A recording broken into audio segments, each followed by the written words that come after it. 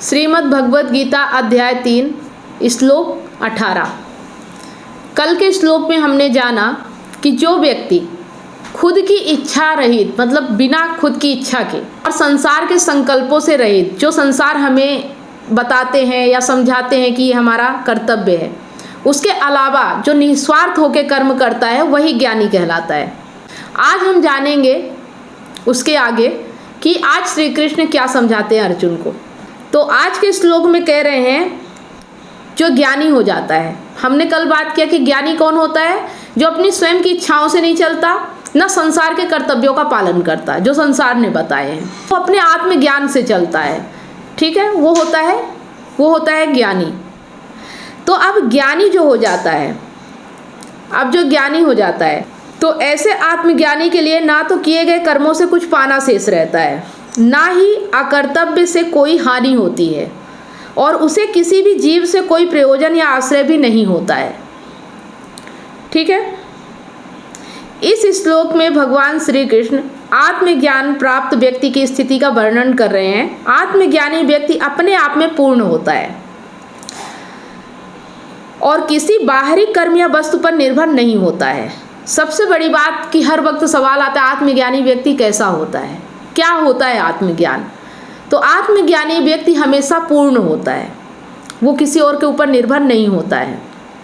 ठीक है, वह कर्म करते हुए भी कर्म फल की अपेक्षा नहीं रखता, क्योंकि उसे यह समझ आ गई होती है कि आत्मा को किसी भी भौतिक वस्तु से पूर्णता की आवश्यकता नहीं है। अब कर्म का फल अप्रासंगिक कैसे है उसके लिए? आत्मज्ञानी व्यक्ति के लिए कर्म करने या ना करने से किसी प्रकार का कोई स्वार्थ नहीं होता। ना उसे कर्म करने से स्वार्थ होता और ना ही ऐसा है कि नहीं करेगा तो भी कुछ हानि हो जाएगी, क्योंकि उसे ज्ञान हो चुका होता है कि उसकी सच्ची पहचान आत्मा है, ना कि शरीर या मन। वह अपने कर्तव्यों का पालन केवल धर्म और कर्तव्य भावना से करता है, ना कि किसी लाभ या हानि के लिए। आत्मनिर्भरता क्या होती है? आत्मज्ञानी व्यक्ति किसी भी बाहरी वस्तु, व्यक्ति या परिस्थिति पर निर्भर नहीं रहता। उसका जीवन आत्मनिर्भर और स्वतंत्र होता है, क्योंकि उसे अपने आत्मिक स्वरूप का बोध हो चुका होता है। उसे पता चल चुका होता है कि वह कौन है और क्या है। सभी प्राणियों से निर्लेप, अभी बताया ना कि वो सभी प्राणियों से कोई मतलब नहीं रखता है, कोई उसका स्वार्थ नहीं होता है। तो आत्मज्ञानी किसी भी प्राणी वस्तु से किसी प्रकार की अपेक्षा नहीं रखता। वह संसार में रहते हुए भी संसार से ऊपर उठ चुका होता है। इस श्लोक का मुख्य संदेश यह है कि आत्मज्ञान प्राप्त व्यक्ति संसार के बंधनों से मुक्त होता है और उसे अपने कर्मों या उनके परिणामों की चिंता नहीं होती है। तो आप लोगों को समझ में आ चुका होगा। देखो क्या होता है कि जब से हम इस संसार में आए हैं, जब से समय चक्र चालू हुआ है, तब से हम लोग क्या करते हैं कि अक्सर संसार में कुछ भी पाने के लिए हमें बाहर भागना पड़ता है ना। जैसे कि सुबह सुबह उठ के हम ड्यूटी जा रहे हैं, जॉब करने जा रहे हैं, किस लिए? कि हमें भोजन चाहिए, हमें कपड़ा चाहिए, हमें मकान चाहिए। बहुत अच्छी बात है ना। अगर हमारे घर में आग लगी हो तो हम तुरंत पानी के लिए दौड़ते हैं। अगर हमें भूख लगी हो तो तुरंत हम भोजन के लिए होटल जाते हैं। वहीं बैठे रहेंगे तब तो खाना नहीं मिलेगा, या तो किचन में जाएंगे या तो होटल में जाएंगे। तो हमने ये समझ लिया है कि हमारी जो भी समस्या है वो किसी और चीज़ से पूर्ण होती है। अगर हम किसी और चीज़ का उपयोग नहीं करेंगे तो पूर्ण नहीं होगी। तो ये शरीर के लिए तो ठीक है ना, लेकिन हमने जो अंदर के हमारे चेतना होती है, जो आत्मा होती है, जिसे सत्य कहा जाता है, हमने उसका भी समाधान बाहर ढूंढना शुरू कर दिया। जैसी हमारी आदत थी, हमने उसी स्वरूप, जब हमारे अंदर बेचैनी उठती है, जब हमारे अंदर आग लगी हुई होती है, तड़प मची होती है, तो हम बाहर दौड़ते हैं कि कहीं होटल में खाना खा के आ जाएंगे, या कहीं कुछ नए कपड़े लेके आ जाएंगे, मॉल खुला है, या कहीं घूमने चले जाएंगे, तो हमारे अंदर की बेचैनी खत्म हो जाएगी। मतलब हम कहाँ ढूंढ रहे हैं? बाहर ढूंढ रहे हैं, और इससे हमें कोई लाभ हुआ नहीं है। आज तक हुआ है क्या? नहीं हुआ है। हमें ये समझना होगा कि अगर प्रॉब्लम हमारे अंदर की है तो उसे हमें अंदर ही देखना होगा, कहीं बाहर उसका सलूशन नहीं है। भौतिक चीज़ों से उसकी पूर्णता नहीं हो सकती। जब तक आत्मज्ञान नहीं होगा, वो खुद को नहीं समझेगा और उसे नहीं पता चलेगा कि वो पूर्ण है, तब तक वो पूर्ण होने के लिए अपने आप को अधूरा समझता रहेगा और बाहर भागता रहेगा। ऐसी होती है अज्ञानी व्यक्ति की अवस्था। लेकिन जो आत्मज्ञानी व्यक्ति हो जाता है वो समझ चुका होता है, वो अब बाहर अगर भाग भी रहा है ना तो किसी प्रयोजन से नहीं भाग रहा है। अगर वो किसी दिशा में जा भी रहा है तो कोई लक्ष्य नहीं है उसका कि उस दिशा में कुछ उसे मिल जाएगा। जैसे एक महात्मा जी थे और उनसे पूछा गया कि मान लीजिए आप इधर को जा रहे हैं और अगर हवा उल्टी दिशा को बहने लगी तो आप किधर को जाएंगे? उसने बोला जिधर हवा जाएगी हम उधर चले जाएंगे, क्योंकि हम जिधर जा रहे हैं उधर भी हमें कुछ चाहिए नहीं है। मतलब जिधर हम चले गए, हमें कुछ किसी से कोई प्रयोजन नहीं है। ठीक है, जैसे कोई व्यक्ति कहीं घूमने जा रहा है, अकारण ही घूम रहा है ना। कोई ने बोला चलो इधर चलते, वो इधर चल दिया, कोई ने बोला चलो इधर चलते, वो उधर को चला गया, क्योंकि उसे कहीं एक विशेष स्थान या विशेष चीज से महत्व नहीं है उसे, है ना। तो कुछ लोगों ने, कुछ ज्ञानी हुए हैं जिन्होंने ये समझ लिया है कि बाहर से भौतिक चीज़ों से पूर्णता नहीं मिलती है, तो पूरी तरह से भौतिक चीज़ों को नकार दिया। ठीक है, तो वो फिर क्या करते हैं कि वो गीता को भी नकार देते हैं, ज्ञान को भी नकार देते हैं। तो उनके जीवन में वो पूर्णता नहीं आ पाती। कुछ हद तक तो ठीक है कि भौतिक चीज़ों से नुकसान नहीं होगा, लेकिन जीवन में पूर्णता नहीं आएगी। लेकिन कुछ लोग होते हैं जो जानते हैं कि जो चीज़ हमें मुक्ति की ओर ले जा रही है वो हमें बाहर भी मिल सकती है, लेकिन हर चीज़ से नहीं मिलती मुक्ति। लेकिन जैसे कोई अगर ऋषि है, कोई हमें ज्ञान की बात बता रहा है, उससे हमारे जीवन में सुकून आता है, अंदर से हमें ऐसा महसूस होता है कि हम मुक्त हो रहे हैं। या गीता ही समझ लीजिए जैसे है कि हम गीता पढ़ रहे हैं तो हमें मुक्त अनुभव हो रहा है, हम अंदर से बेचैनी हमारी ख़त्म हो रही है, हम अपने आप में आत्मनिर्भर बन रहे हैं, अपने आप में पज रहे हैं कि हम पूर्ण हैं, हमें बाहर से कोई चीज़ अधूरी नहीं है, कि हमें कामना नहीं है, कि हमें चाहिए। हम सेवा भाव से निस्वार्थपन अपने आप में देख पाते हैं कि हम निस्वार्थ कैसे हो सकते हैं। ये चीज़ें हम समझ पा रहे हैं। तो हमें ये भी समझ होना चाहिए कि जो हमें मुक्त बनाता है, तो ऐसा नहीं है कि संसार की कोई भी चीज़ पे भरोसा नहीं करना है। कुछ चीज़ें ऐसी हैं जो हमें मुक्त बनाती हैं, जैसे कि कोई ऋषि हो गया, जैसे गीता हो गई, ये चीज़ें हमें मुक्त बना रही हैं। और कुछ व्यक्ति ऐसे होते हैं कि संसार को ही पूजने लगते हैं, समझ रहे हो। वो हर वस्तु से सोचते हैं हमें पूर्णता मिल जाएगी।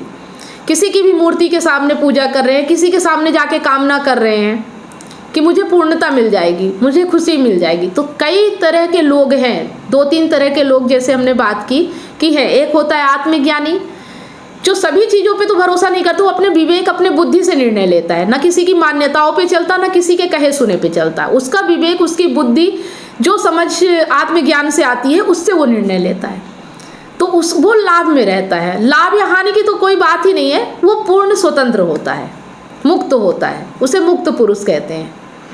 ठीक है, लेकिन कुछ व्यक्ति होते हैं जो किसी पे भरोसा नहीं करते हैं। ऐसे व्यक्ति थोड़ा कम नुकसान पाते हैं, क्योंकि उन्हें भौतिक चीज़ें भी हानि नहीं पहुंचा पाती हैं, वो किसी पे भरोसा ही नहीं करते। और कुछ व्यक्ति ऐसे होते हैं कि संसार से ही सारी कामना पूरी हो जाएगी, संसार को ही पूजना शुरू कर देते हैं। वो जिंदगी भर पूजते रहते हैं, उन्हें कुछ नहीं हासिल होता, जिंदगी भर अपने दर्द में होते हैं, तड़प में होते हैं। और बड़े मुद्दे की बात तो ये है कि उन्हें पता भी नहीं होता है कि उनका दर्द, उनकी तड़प का सही इलाज कहाँ है। मतलब दर्द तो महसूस हो रहा है, चोट लगती है तो दर्द महसूस होता है, दर्द दिख रहा है, लेकिन ये नहीं पता कि इसका इलाज क्या हो सकता है। कोई भी दवाई उठा लाए, गए मेडिकल पे, बोले कि मेरे सीने में दर्द हो रहा है, दवाई मेडिकल में ढूंढने गए, कोई भी दवाई उठा के लाए और खा लिया। अज्ञानी का मतलब होता है कि उसे समझ ही नहीं है कि सही चीज़ क्या है। तो गीता पढ़ने से हमें ये चीज़ें समझ में आ रही हैं कि आत्मज्ञानी व्यक्ति जो हो जाता है उसकी दिनचर्या, उसका जीवन कैसा होता है। आ रहा है समझ में। और निष्कामता कब आती है? निष्कामता तब आती है जब आपकी डिपेंडेंसी खत्म हो जाती है, जब आप पूर्ण रूप से स्वतंत्र होते हैं, तभी आप निष्काम कर्म कर सकते हो। अगर आप कहीं भी बंधे हुए हो तो आप निष्काम कर्म कर ही नहीं सकते हो। ये बात शाश्वत सत्य है।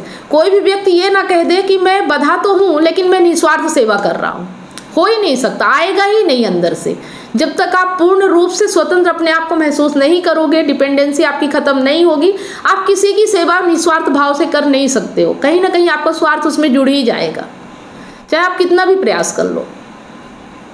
तो पूरी तरह से हमें अपने आप को मुक्त बनाना है, अपने आप को स्वतंत्र बनाना, अपने आप को मुक्त बनाना, अपनी कामनाओं, अपनी इच्छाओं को अंदर से देख पाना कि हम जिस चीज़ को पाने की कोशिश कर रहे हैं, जिस चीज़ के पीछे भाग रहे हैं, जो हमारे अंदर कामना उठ रही है, क्या वास्तव में उस चीज़ से हमें वो चीज़ मिलने वाला है। अगर हमने देख लिया उसी वक्त हमारी कामना खत्म हो जाती है। ठीक है,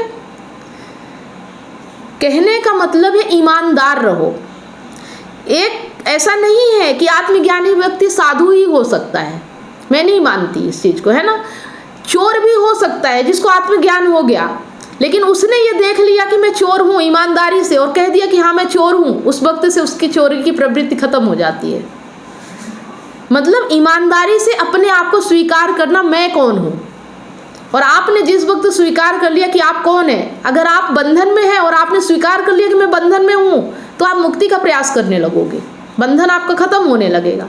लेकिन अगर आप अपने आप को ही नहीं जानते हो, आप अपने आप को ही नहीं देख पा रहे हो, तो फिर आप दूसरों के लिए कैसे जी सकते हो? आप अपनी छाया से कुछ पा सकते हो क्या? ये बताओ। ये संसार आपकी छाया है, ये आपको कैसे पूर्ण बना सकता है? आप साथ चल रहे हो, आपकी परछाई साथ चल रही है, आपकी परछाई से आपको क्या मिलेगा? क्योंकि वो परछाई आपकी है।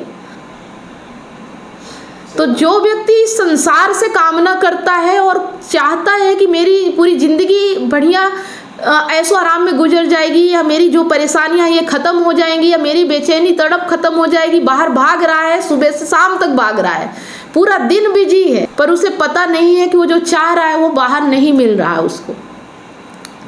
अगर अंदर आग लगी है ना, तो अंदर ही झांको अपने अंदर कि ये आग कहाँ से आ रही है, कैसे लगी है आग। अंदर की आग तो आपको देखने से ही बुझेगी, आत्मज्ञान से ही बुझेगी, कहीं बाहर से नहीं बुझेगी, बाहर से पानी लाने से नहीं बुझेगी, है ना। बाहर के लिए ठीक है, शरीर के लिए ठीक है, लेकिन आप शरीर नहीं हो, ये हमें समझना पड़ेगा। जो शरीर के लिए उपयोगी हो वो आत्मा के लिए उपयोगी नहीं है, वो आत्मज्ञान के लिए उपयोगी नहीं है। वो प्रक्रिया कुछ और चल रही है, अंदर की प्रक्रिया कुछ और चल रही है, लेकिन हम सारी प्रक्रिया को एक कर देते हैं और अपने जीवन को नष्ट कर देते हैं। ठीक है, अगर इससे रिलेटिव कोई सवाल हो आप लोगों का, पूछ सकते हो। देखो, सवाल पूछना जरूरी है, अगर नहीं समझ में आ रहा तो सवाल पूछो, क्योंकि मैं मानती हूं कि बिना सवाल आए ऐसा हो ही नहीं सकता इंसान के जीवन में कि सवाल ना आए। कोई सवाल है तो पूछो। इससे रिलेटेड सवाल यही है, सारी बातें मुझे गीता की समझ में आती हैं बाहरी रूप से, लेकिन मैं उसको अपना क्यों नहीं पा रहा, मेरा यही सवाल है। ईमानदारी नहीं है, अपने आप को देख पाने की ईमानदारी नहीं है, और जहाँ से शुरू करना चाहिए वहाँ से शुरुआत नहीं हो रही है। अगर आप देख पा रहे हो कि आप कहीं ना कहीं बंधे हुए हो, तो सबसे पहले अपने आप को आज़ाद कराओ। होता क्या है कि जब मैं कुछ चीज़ें पढ़ता हूँ, समझता हूँ, तो उस समय तो लगता है कि हाँ ये बात गलत है, ये बात जो है सही नहीं है। जैसे कि कोई चीज़ होगी, उसको जब गीता से समझते हैं तो लगता है कि हाँ ये तो महज एक वस्तु है, इसी पीछे भाग के क्या मिलेगा। लेकिन जब रियल लाइफ में जब वो ट्रिगर करती है चीज़, तब आदमी फिर उन चीज़ को नहीं समझ पाता। सब पता होता है उसको, पता होते हुए भी फिर वो उन चीज़ों क्योंकि डर, अगर हमने समझ लिया, हमने ऐसा कर लिया, तो हमारा जो अभी जीवन चल रहा है ये कहीं अलग ना हो जाए, या बाहर गए तो हमें शायद ये सुविधा ना मिले, या हम ऐसे जीवन ना जी पाए, ये डर खत्म करना होगा। सबसे पहले अपने अंदर का डर खत्म करो। मतलब कि मेरा कुल मिला ये है कि अपने मन को कैसे वश में करें। मेरा मन अपने मन को बस में नहीं करना है, यही तो गलती करते कि हमें कुछ चीज़ों को बस में नहीं करना है, हमें सिर्फ देखना है, ईमानदारी से देखना है। जब भी हमारे मन में जो भी आ रहा है उसको ईमानदारी से देखो, क्यों आ रहा है, क्या हो रहा है, मतलब आपके साथ जो भी हो रहा है क्यों हो रहा है। अंदर से देखो ना कि क्या कामना उत्पन्न हो रही है, क्या कामना उत्पन्न हो रही है, और क्यों ये करने का मन कर रहा है।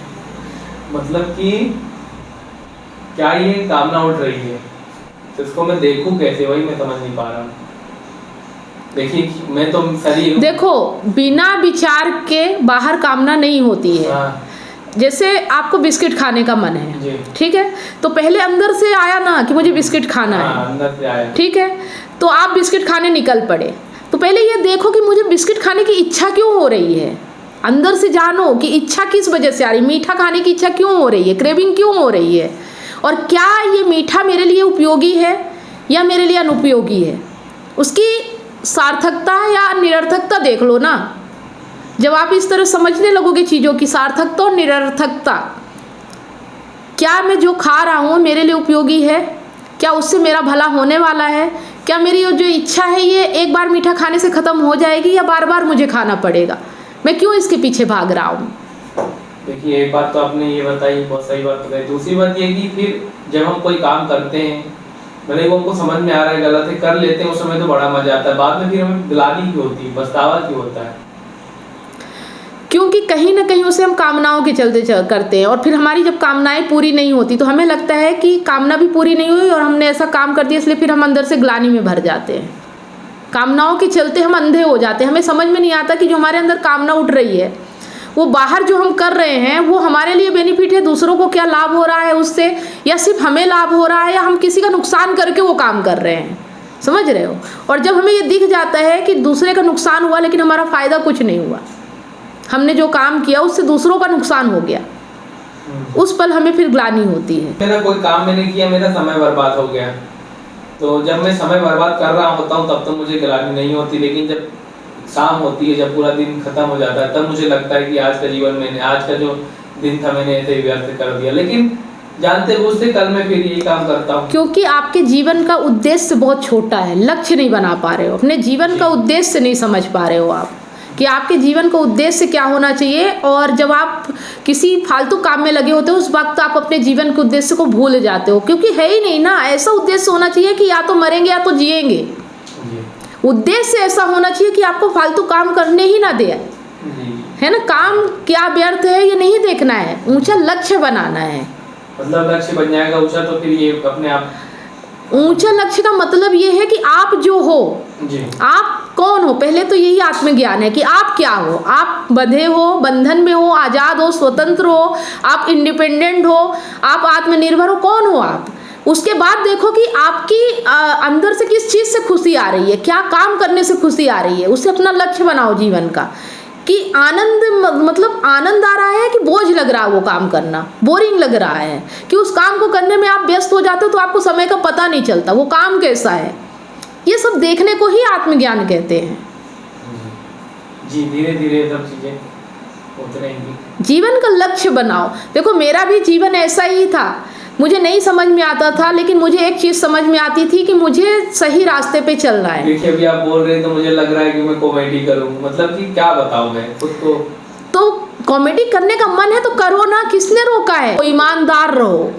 तो ठीक है, आज के इस वीडियो में हमारी चर्चा से आपको क्या लाभ मिला है कमेंट करके ज़रूर बताइएगा, और जो हमारी ये गीता है ये आपको कैसी लग रही है ये भी कमेंट में बताइएगा। वीडियो अच्छा लगा तो लाइक करें, और अगर आपका कोई हमसे सवाल है इस रिलेटिव तो दिए गए नंबर पे आप हमसे सवाल भी कर सकते हैं।